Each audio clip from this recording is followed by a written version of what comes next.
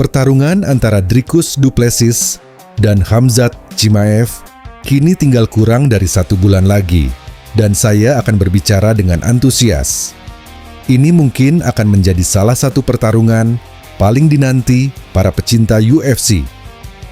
Saya menyadari bahwa pernyataan tersebut mungkin terdengar berlebihan atau klise, apalagi jika mempertimbangkan bias yang muncul dari antusiasme sesaat. Namun demikian, video ini hanya prediksi sesuai analisis dan historikal kedua petarung. Setiap analisa yang disampaikan dalam kesempatan ini tidak dimaksudkan untuk memihak, mendukung, maupun menjatuhkan pihak manapun. Tujuannya murni untuk memberikan pemahaman yang objektif berdasarkan data, fakta, dan indikator yang dapat dipertanggungjawabkan secara logis maupun empiris.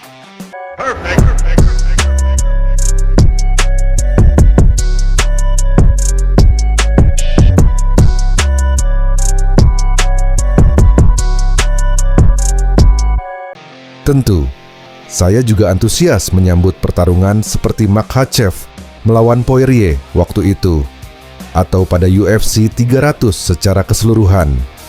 Tapi tidak ada satupun yang membuat saya menantikan seperti halnya pertarungan antara DDP dan Chimaev.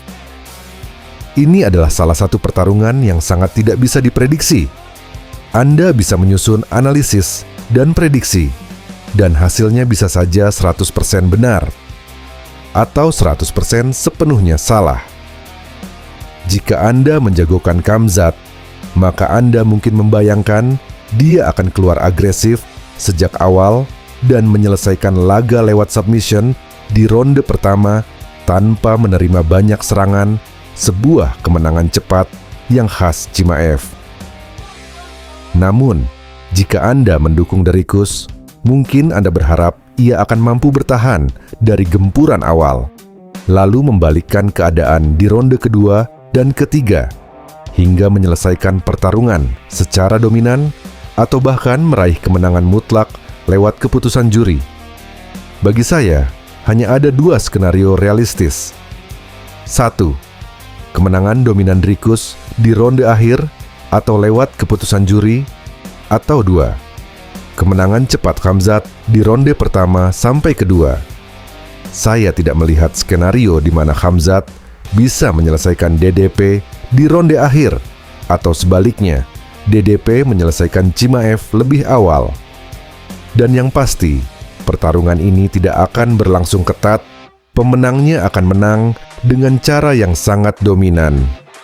Tentang Khamzat Chimaev, mari kita bahas sedikit mengenai Khamzat. Jika ia memenangkan sabuk, tentu akan terasa luar biasa pada minggu-minggu pertama.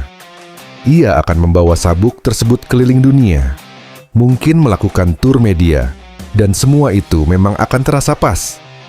Namun, saya berani katakan, Khamzat akan menjadi juara yang kurang greget.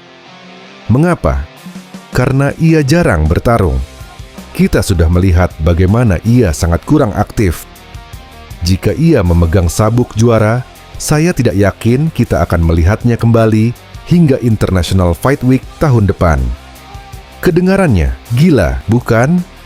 Tapi kenyataannya seperti itu. Khamzat adalah ladang uang yang sangat tidak aktif. Dan saya tahu, sebagian orang akan membela dengan alasan sistem kekebalan tubuhnya. Namun poin saya adalah, kita tidak bisa mengandalkannya. Dana White sendiri pernah berbicara tentang Jon Jones sebagai petarung yang tidak dapat diandalkan. Saya melihat hal serupa pada Khamzat. UFC bisa saja menaruhnya di kartu bayar pertayang yang biasa saja, hanya karena ia mampu menarik penonton. Tapi jika ia mundur dari satu pertarungan utama saja, maka seluruh kartu pertarungan bisa berantakan. Dan meskipun itu berlaku juga untuk petarung lain, frekuensi absennya Khamzat membuatnya tidak layak dijadikan tumpuan jangka panjang sebagai juara. Sekalipun ia lebih aktif, kita tetap mungkin hanya akan melihatnya bertarung 2 kali dalam setahun. bahkan mungkin hanya sekali dalam setahun.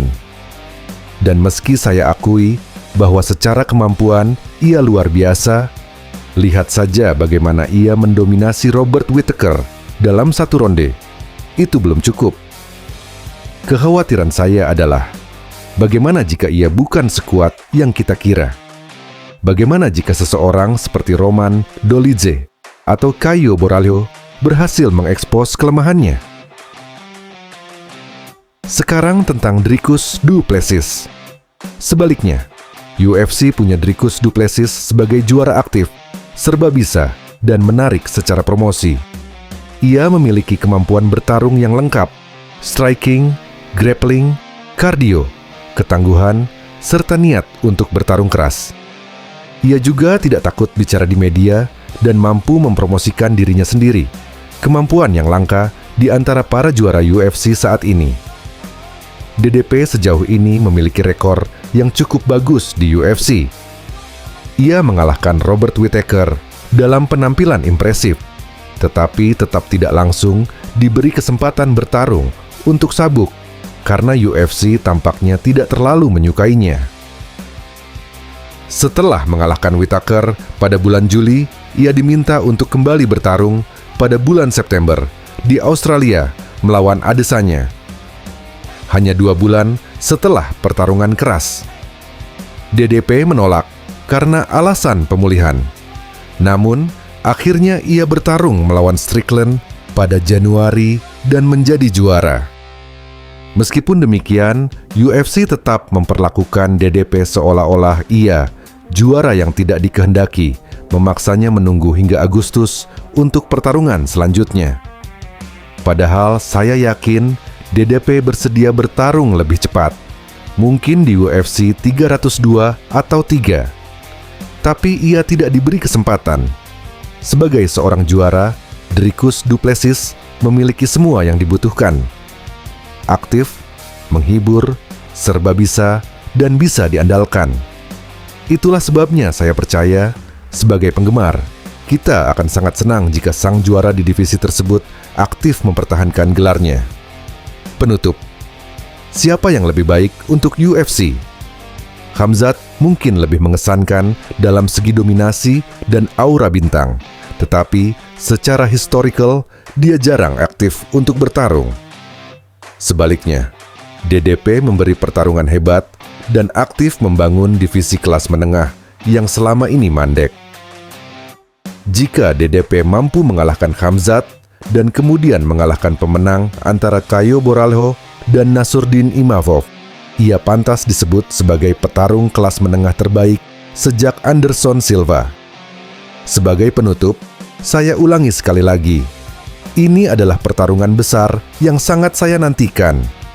Pertarungan ini tidak akan ketat. Siapapun pemenangnya, ia akan menang secara dominan. Tapi sebagai penggemar, kita butuh seorang juara sejati untuk menang. Demi kebaikan, dan juga demi menjadi lebih kompetitif untuk masa depan divisi dan olahraga ini secara keseluruhan.